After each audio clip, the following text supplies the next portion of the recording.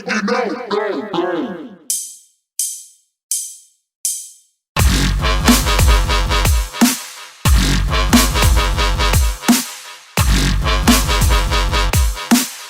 What is going on, Belly Up Sports fam? It's your favorite history teacher, Mr. Parker Ainsworth, here in another edition of F in Sports, the podcast where teachers grade sports' biggest issues. Today, as we enter the second semester of the school year, or the new year if you're a lay person, what we're going to do is going to grade some New Year's resolutions or some second semester goals for a handful of your favorite teams as submitted through Twitter. But first, before we get into all of that, let's dive into some gold stars and detention.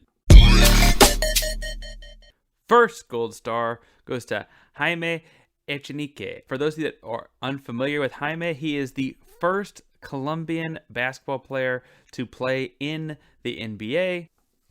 Echenique signed a 10-day contract with the Washington Wizards on December 30th, making him the first Colombian professional basketball player in the United States and in the NBA. Shout out to him. If you have not seen Echenique's press conference upon being called up for the 10-day, it's very, very heartfelt and emotional because he's the first person to represent his country in the NBA. His background is kind of extensive. You go back, he played first at Trinity Valley Community College, just outside of Dallas, Texas. Again, he came to Dallas, Texas, knowing very little English and going to community college, worked his way up to Wichita State before playing a little bit internationally, and then eventually making his way to the G League and then the big league. So shout out to Jaime Echenique, gold star for making it and representing the country so well.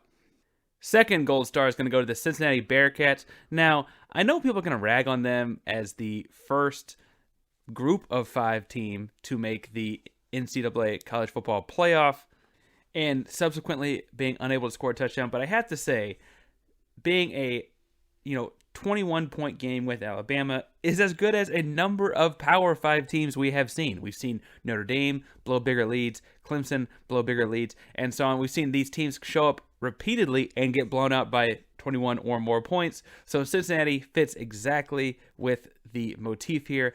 Alabama seems to be cruising. They played Georgia in the national title game, in a game that, if you've been listening to the show, you know I wish was not happening. However, we all know how that one went the first time the two teams played, so I'd imagine Cincinnati's feeling pretty comfortable considering that they only had a 21-point loss to Alabama after some of the defeats that Alabama's handed out this year. With the exception of Florida and A&M, obviously, that's as good as anyone played Alabama all year.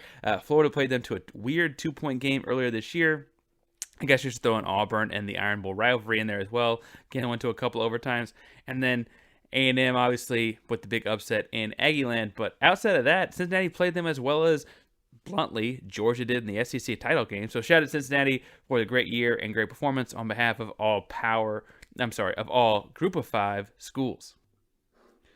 Gold star to LeBron James. If you've not heard, LeBron James, 37 years old. I do think what's remarkable here is he's officially been an NBA player for more of his life than he was not an NBA player, and I think that's particularly phenomenal. When you factor in that on New Year's Eve, his first game as a 37-year-old, LeBron tallied 43 points, 14 rebounds, and 4 assists on 61% shooting. They've moved him to the 5 with Anthony Davis being out with some relatively minor injuries, and it looks like LeBron James is very, very comfortable being the center of the offense. He's a point center of sorts, obviously, because of the way he creates things, but he's really, really fitting into that role very, very well, and it's interesting to watch LeBron James age like a fine wine, much like we saw Jordan do in his Wizards days, even towards the end of his Bulls days, much like we saw Kobe Bryant do at the end of his days to the Lakers.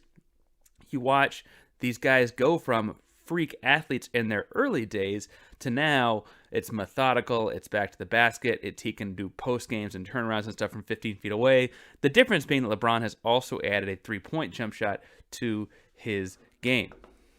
On the season, LeBron is shooting almost 38% from the 3-point line.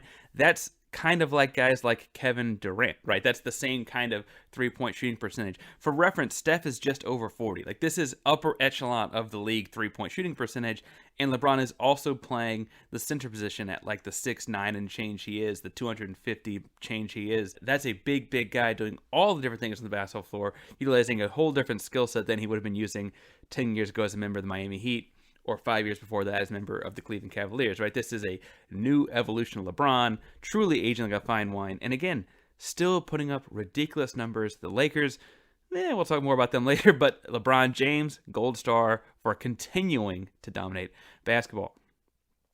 Sticking in basketball, we're going to give a gold star to Miss Becky Hammon. If you did not hear the news, Becky Hammon was an assistant coach on the San Antonio Spurs staff under Popovich. People kind of have thrown her name in the mix for a number of different NBA head coaching jobs. And while she's, I guess, been a finalist for a couple of those, but not gotten any of those jobs, she just signed what is reported to be one of the biggest contracts ever in the WNBA. It does not look like the numbers are officially being reported because she is going to finish out the season with the Spurs and honor that contract. It looks like it's going to be 5 years. And again, all reports are record-setting numbers. So shout out to Becky Hammon for getting the bag and going to coach in the WNBA. It's great to see those kind of contracts come out in the WNBA. She'll be coaching the Las Vegas Aces. I have to say, that is a fun group with like Asia Wilson and Liz Cambage, Kelsey Plum, a lot of fun players, and to have Becky in the modern spin she will bring, because that's been the report in San Antonio. She's been kind of the push for modern basketball in San Antonio. It ought to be a great time. So shout out to Becky, gold star. Another gold star going to go to both Stephon Diggs and Deshaun Jackson for honoring the late John Madden on their cleats. Since our last episode, John Madden did pass away, and he is an iconic member of football for whatever generation you fall into, whether that's the all-Madden team, football, etc., like the video game.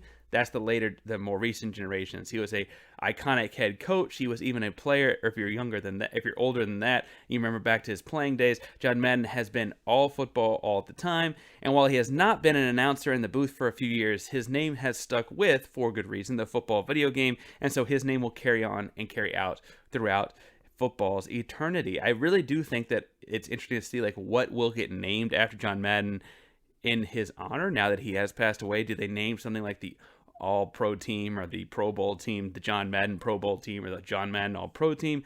We'll see. But I think it was an especially poignant thing to see him on so many different cleats and helmet stickers and so on. But Stephon Diggs and Deshaun Jackson really had intricate artwork on their cleats. Shout out to those two guys for honoring John Madden in that way. Our last gold star is going to go to a large group of people donating to the Parker Dickerson Fund. Now, for those folks that have not been keeping up with the story, ESPN Chicago's Jeff Dickerson did pass away over our winter holiday here, and while that is really sad, his wife had passed away a couple years earlier. They leave behind a young kid. I think he's like 11 or 12 years old, named Parker Dickerson. And the NFL community as a whole, including a number of different franchises, the Packers, the Bears, the Seahawks, again, a bunch of different full-on teams, other owners, other reporters, big-time media people, a few different Chicago Bears personalities and famous people through the city of Chicago have all donated a large sum of money to the Parker Dickerson Fund to help this kid out. The fund is up to about $1 million these days, and there's all kinds of other like t-shirt sales going towards helping the kid out and those kind of things to help make sure the kid stays on his feet throughout what has got to be a rough childhood. Obviously, the kid would rather have his parents back than any amount of money, but to see the outpouring love and affection for this young man following his father's impact is really special. And shout out to all the people donating to the Parker Dickerson Foundation. It's really special. If you have not seen anything about it, I encourage you to go look up. Adam Schefter's been keeping people very much in the loop on this. He's constantly been tweeting about it the last week or so. Let's go check out what Shefty is saying. Gold star to everyone who donated. All right.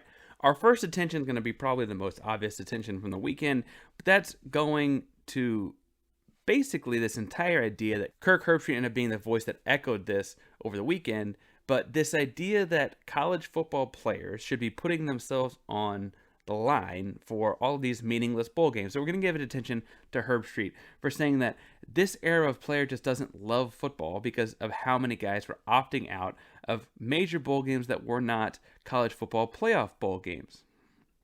I think it's especially interesting to note that this Herbstreit quote came while previewing the Ohio State-Utah Rose Bowl game, in which Ohio State had a number of guys opt out of playing to be healthy for the NFL Combine Draft, etc.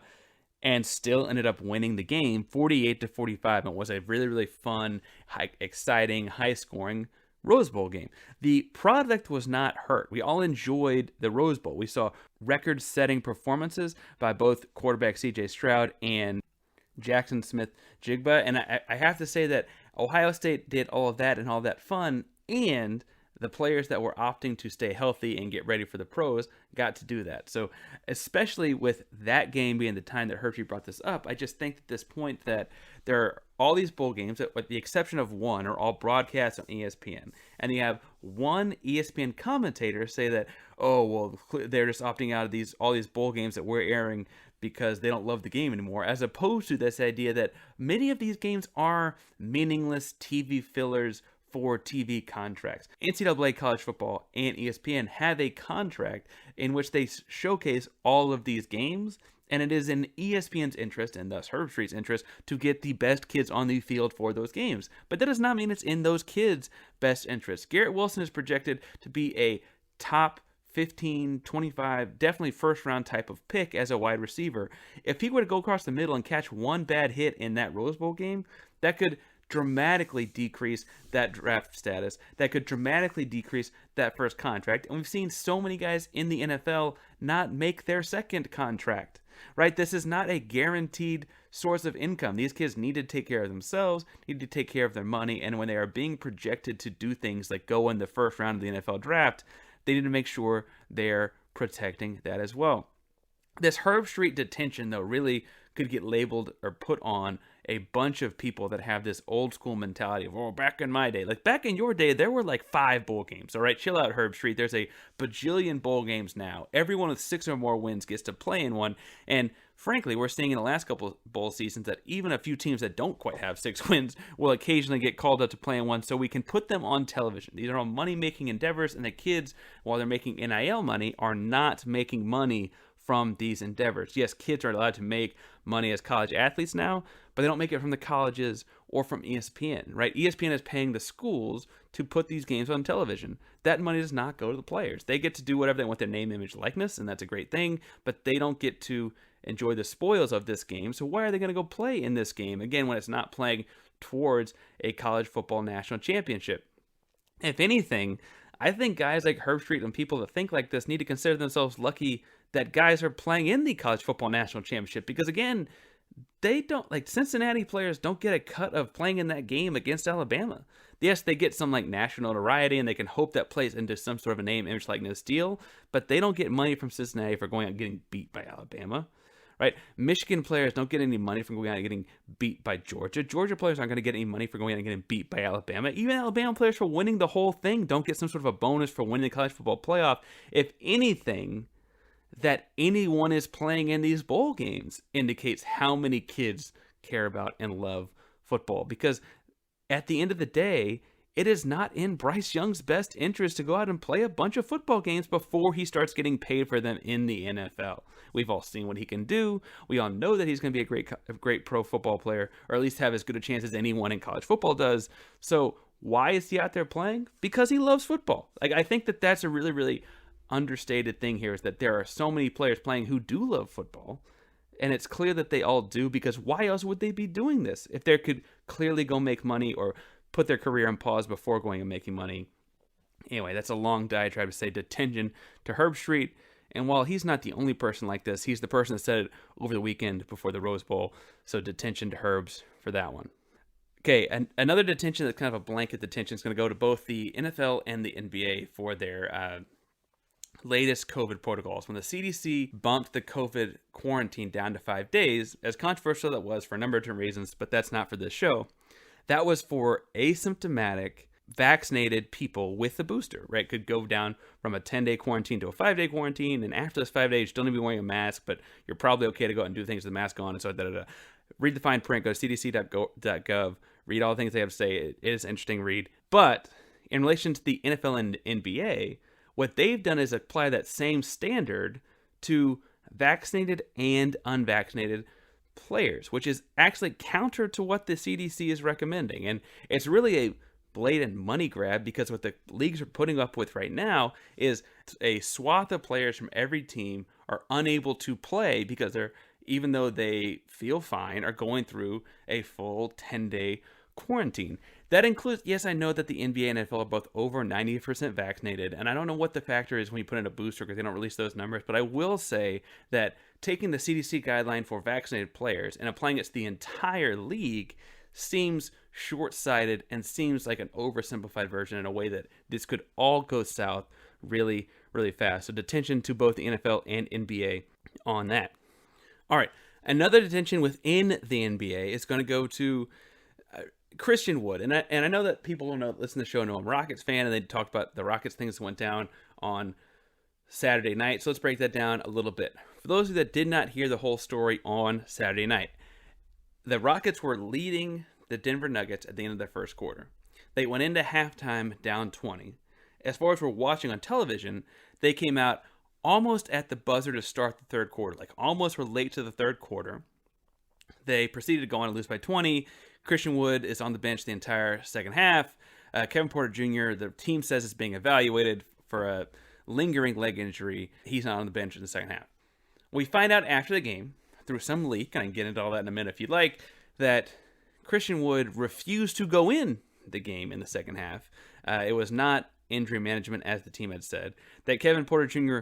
left the premises after a big halftime spiel, and that there were words and heated exchanges throughout the team at halftime. Different people have used different adjectives to describe it, but what I will say here is that there seems to be a fairly consistent report amongst the leaks that Kevin Porter Jr. might have thrown something at assistant coach John Lucas. Same assistant coach John Lucas was pointing out that like Kevin Porter Jr. earlier this season cited as like helping save his life, right? So there seems to be some bubbling up of tensions there. If you have followed Kevin Porter Jr.'s career, this is not the first time he's had a locker room altercation with coaching staffs or with team officials. But what I will say is that it looks like within hours, or certainly by Sunday morning, Kevin Porter Jr. had reportedly apologized to a lot of people within the Rockets organization. Sounds like a time where a kid that had, again, 21-year-old kid that has had a tumultuous life, like a crazy, crazy childhood, lost his father super young. That's what the name Junior is so important to him. He has some anger things going on, and he did legitimately, sounds like, have an outburst. And it sounds like he left and needed to go cool down, left the premises, whatever. I'm not actually that upset about that. I hope he's doing better as you're listening to this. I hope he's doing in a better place than he was Saturday night. And frankly, I hope that for his own sake, like he is dealing with whatever he was dealing with that night. But Christian Wood, this is different.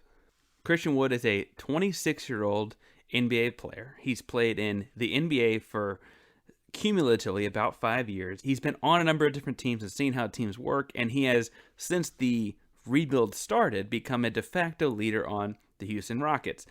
He also refused to shoot the ball for a half of a game earlier this year, also against Denver. Interestingly, this game in question right here, he was entering it kind of questionable, had his minutes limited in the first half, and refused going in the second half because he just didn't want to play. There's also a fair amount of things, if you want to buy into rumors, indicating that he might be the person leaking this information. This is all questionable behavior from a guy that, frankly, it sounds like is not up to being a leader of this team. He needs someone to be walking him through the things. This attention, though, really goes to this idea that he is refusing to go in the game after early in the season, refusing to shoot the ball while in the game. It's just all a bad look for a guy that at 26 years old is kind of supposed to be the leader of the Houston Rockets. I know the Houston Rockets are not very good. I know they're not winning a whole lot of games, but they do have promising young talent.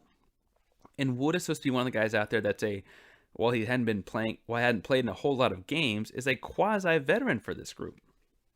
And after missing a lot of games with injury last year, and after being this kind of a leader this year, he's really tanking his own value. He gets a new contract in a year and a half for whatever team he's playing on. I say that because it looks like people are like ramping up trade talks surrounding his name. And I just can't believe that this is really the way he needs to be conducting himself. This is not the same kind of thing where Kevin Porter Jr. has all those anger things from growing up and his lifestyle growing up. This is not necessarily the same kind of thing where like he seems like to be in the right. His effort was questioned by coaching staffs at halftime, so we decided not to play in the second half. I just can't buy into this. Detention of Christian Wood. Seems like we need to sit there and think some about how we're leading the basketball team. All right, quickly, we got 2 more detentions. One's going to go to the Mayo Bowl bath. Yes, you heard that right, the Mayo Bowl bath. Following their victory over the North Carolina Tar Heels in the Duke's Mayo Bowl, South Carolina coach Shane Beamer got a full tub of Mayo. Think about like a Gatorade bath. They did that with Mayo on Coach Shane Beamer. I got a couple of things that factor in this detention. One, that on its own is just gross. Like we don't need to go in. That's too much mayo. It's a lot of grossness. All that. Second, they kind of hit him with the tub as they're tipping it over because mayo is much heavier than Gatorade and ice are. They end up hitting him a little bit on the head with the tub, and it gets everywhere, and it's disgusting. So detention to all of that. I understand that we have all these bowl games that Herbstreit thinks we don't love, but man, this seems like a little bit excessive. Detention to the Mayo Bowl bath, or at least the way it happened this time around. Last detention of a long gold star and detention segment goes to Antonio Brown. So I don't know if you're living under a rock, you might not have seen, but Antonio Brown had quite the outburst on Sunday. Now, I'm not sure where all to go with this, but what I will say is a couple things. One, it does look like Mike Evans was trying to calm him down before this got as out of hand as it did. Second, if you did not see the clip, Antonio Brown takes off his jersey and pads, drops him on the sideline, takes off his shirt, throws in the stands, takes off his glove, throws in the stands, and then dances across the New York Jets end zone on his way out the stadium. So much so that security initially started to react as if it was a streaker, but then goes, oh wait, that's a player from the game. He's allowed to be down here. I hate to jump to something like a mental health breakdown.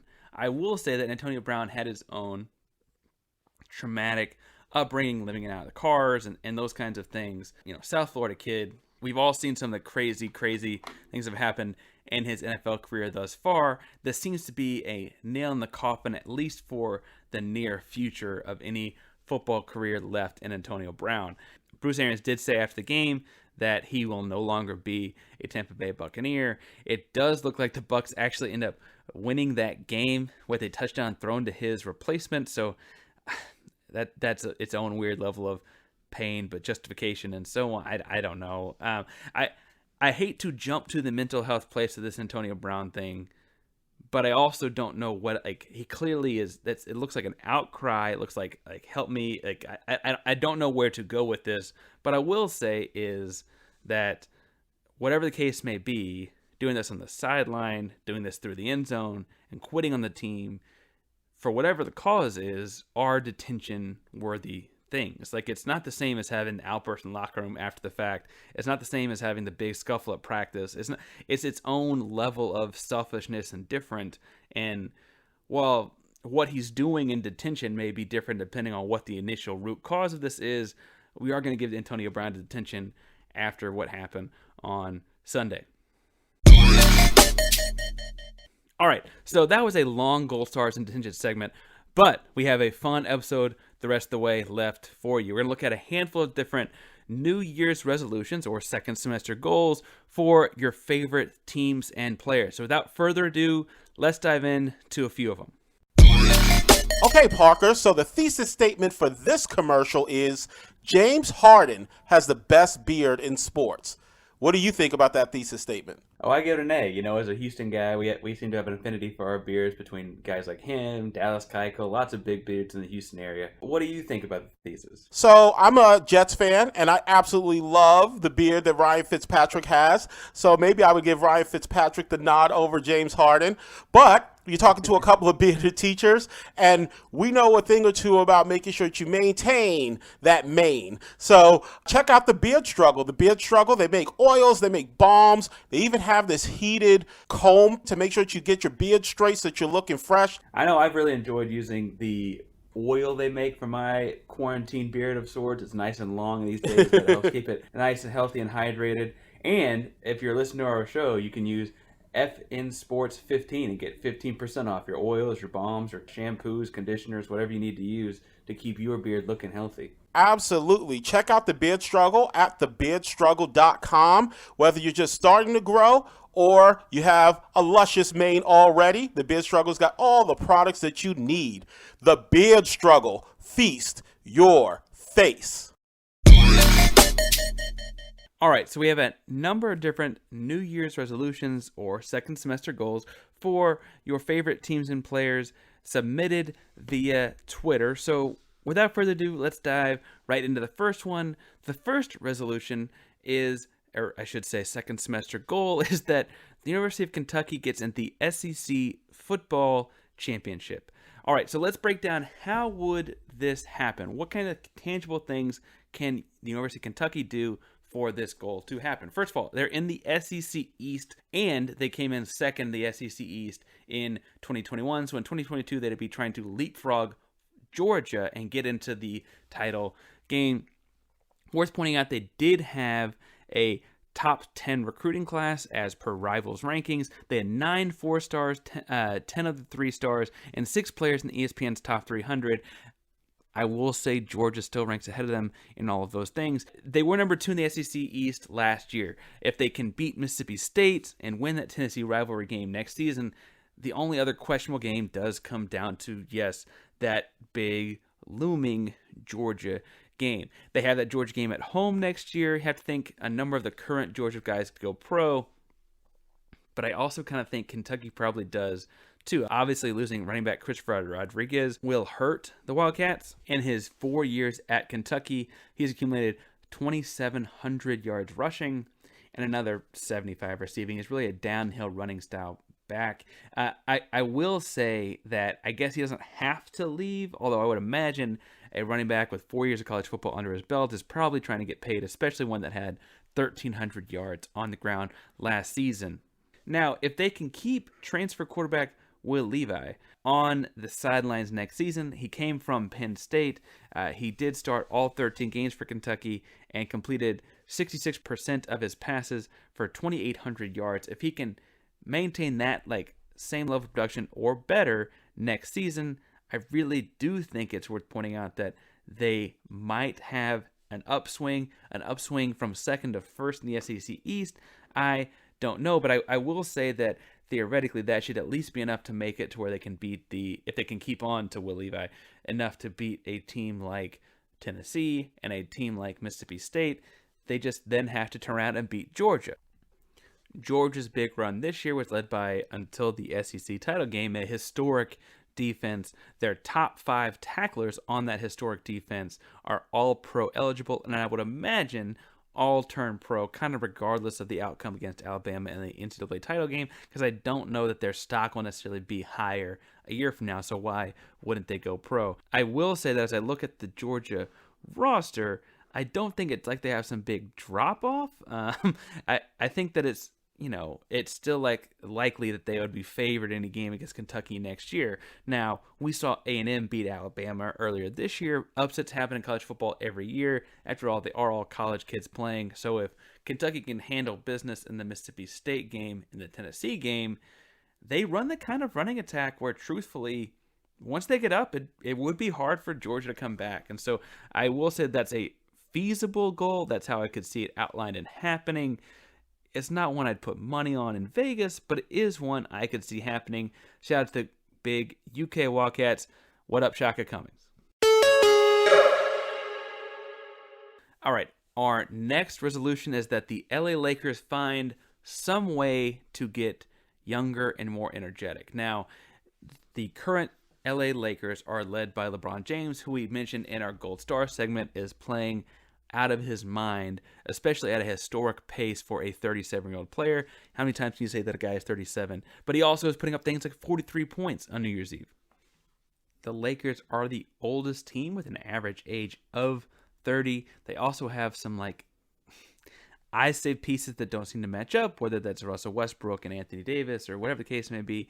They currently sit just a game below, as I'm recording this, I should say, they sit just a game below 500 in 7th place in the West, which would make them, again, a team in the play-in tournaments, you can't think that that's what LeBron James wants to do. I don't imagine LeBron wants to play extra games heading into the playoffs. So the question comes in and be, how would they make this team realistically younger?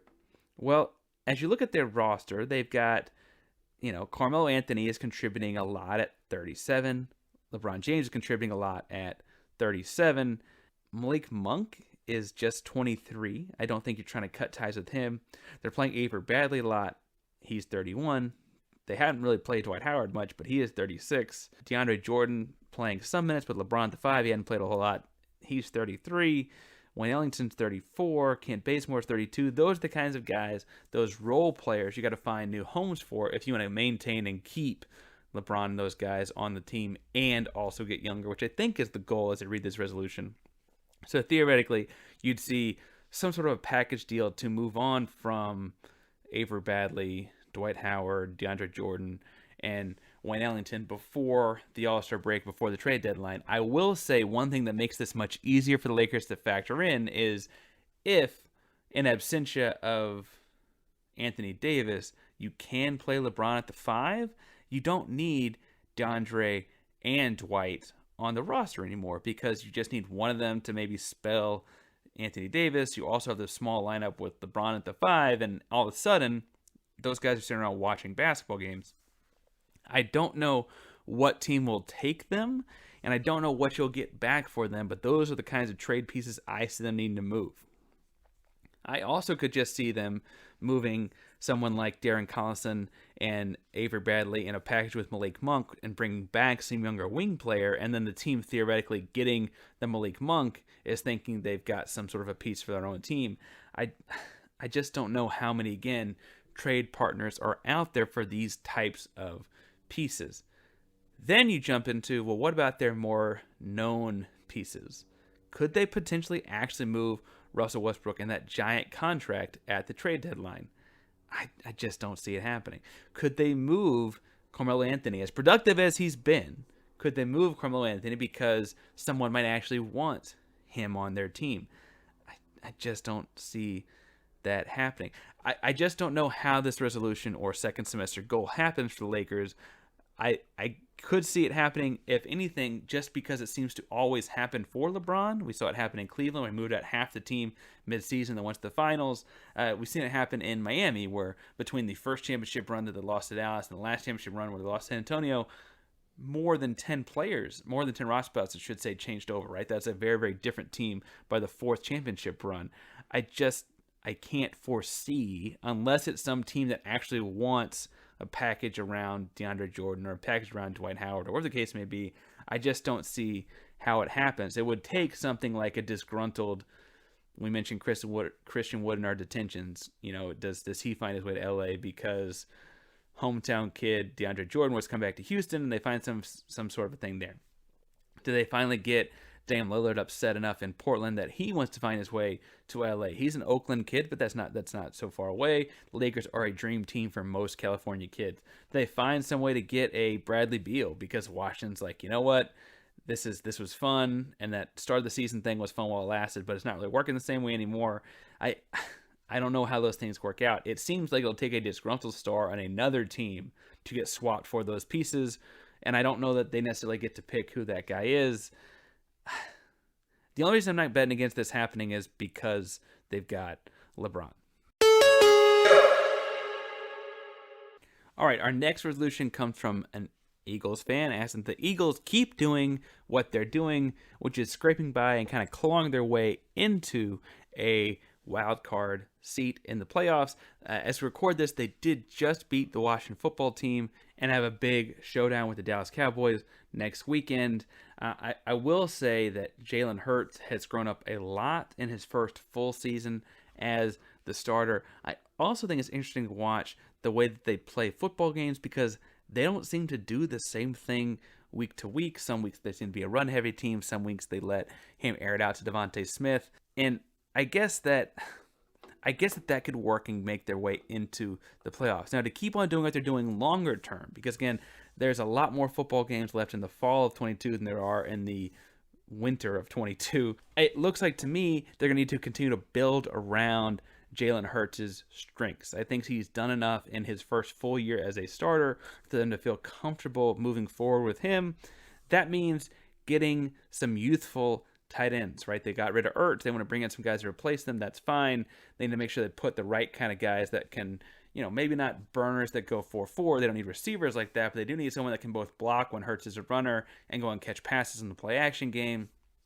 They need some other receiver to pull coverage off of Devontae Smith. I do think we're going to get to the point early in Devontae's career where he becomes a must double him kind of guy.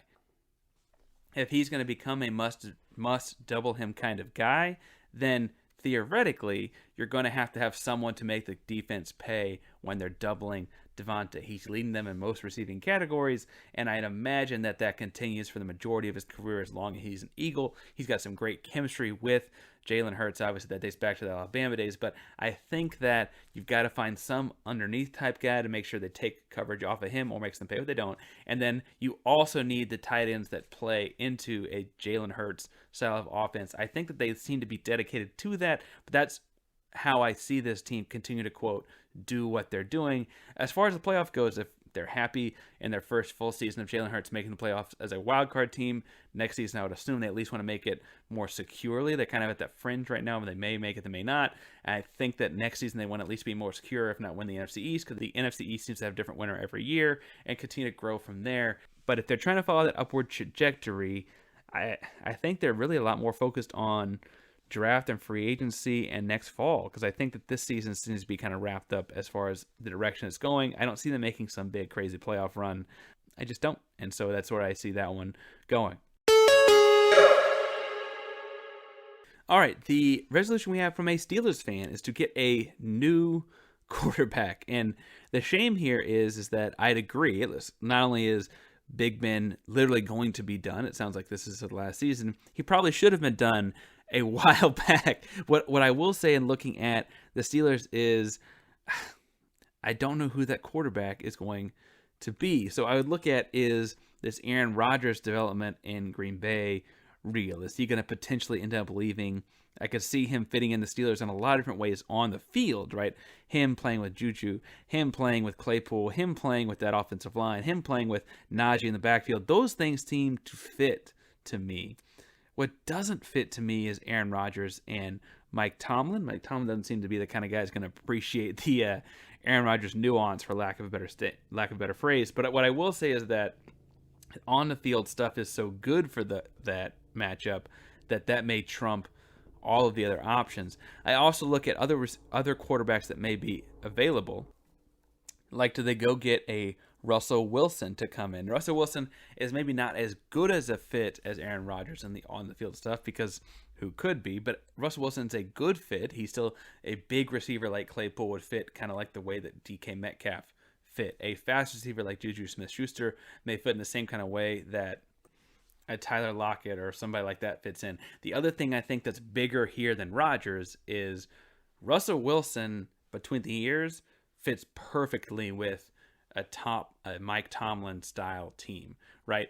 All football, all the time, very vanilla, very plain, doesn't leak anything to media, not a big show, rah, that kind of stuff guy, and is also going to super genuinely believe in the most cliche type of things. I think that those are actually a very, very good pairing, and so I could see that happening as well. And I think that that's actually potentially, because of the fit with Tomlin, maybe an even better look than Aaron Rodgers if Russell Wilson really does want out of Seattle.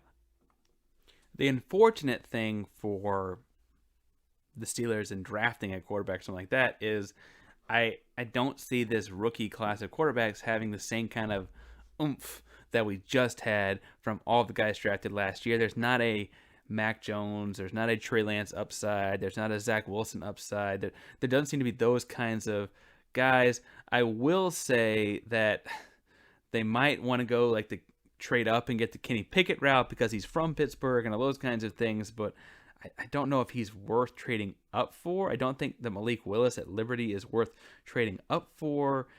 I look at what's potentially going to fall to them at quarterback, and don't think, since there's not a whole lot of depth at this quarterback class, don't think it's necessarily worth taking quarterback for quarterback's sake. But I also know that they don't want to just try out Mason Rudolph another year, and so if they strike out in free agency, I don't know what they're gonna do for a new quarterback. They need one, and I think that's a good resolution to have and a second semester goal for the Pittsburgh Steelers. But I don't know where it comes from. Our next resolution comes from Ryan McCarthy of the No Credentials Required podcast. What I will say is, honestly, this is a great take, and I would encourage you to go support that show because of the way it plays into this resolution. McCarthy asks that we pay more attention to your local sports teams. That means support your smaller, nearby club teams. Go to the Group of 5 college football team down the road next fall. Go check out how much fun that student section is having. WNBA team this summer. Go check it out. Go find your Arena League team in the spring when it's time for the Arena League to come back. Go watch that minor league baseball club down the road. Go do those kinds of things to support the sport at its almost purest form, because it's not the big commercialized NBA, NFL, Major League Baseball. Go support the local teams to the best that you can. The other half this support your local sports teams thing I like here is I don't need to see a bunch of Lakers fans in Dallas. You ain't from LA, you're from Dallas. I don't need to see a bunch of Knicks fans in Minnesota. You ain't from New York, you're from Minnesota. I don't need to see a bunch of Patriots fans in Northern Florida. You're from Northern Florida. You got Tommy Brady behind you. I don't need to see all these Patriots fans in Northern Florida. I need to see people continue to cheer for where they're from. That's part of the fun of this sports thing, is you get to cheer for the teams from the places that you're from. That's how a guy like me gets stuck with all of the Houston chaos. The Houston chaos that's happened in the last 3 years. Good thing we have Texas. No, we have Texas football. Oh God, the last decade of Texas. See, those kinds of things, the pain of those local teams, is what you're supposed to have in sports. So shout out to Ryan McCarthy for a great resolution here. All right, second last resolution is that the Warriors need to pick a date and stick to it for Klay Thompson's return. Now, I think what's interesting here is looking at Klay's return is that he's looked to be coming back in the early part of January, the first half of January 2022. If they just had stuck with that date once upon a time, there probably is no confusion here. That always seemed like it should have been the date.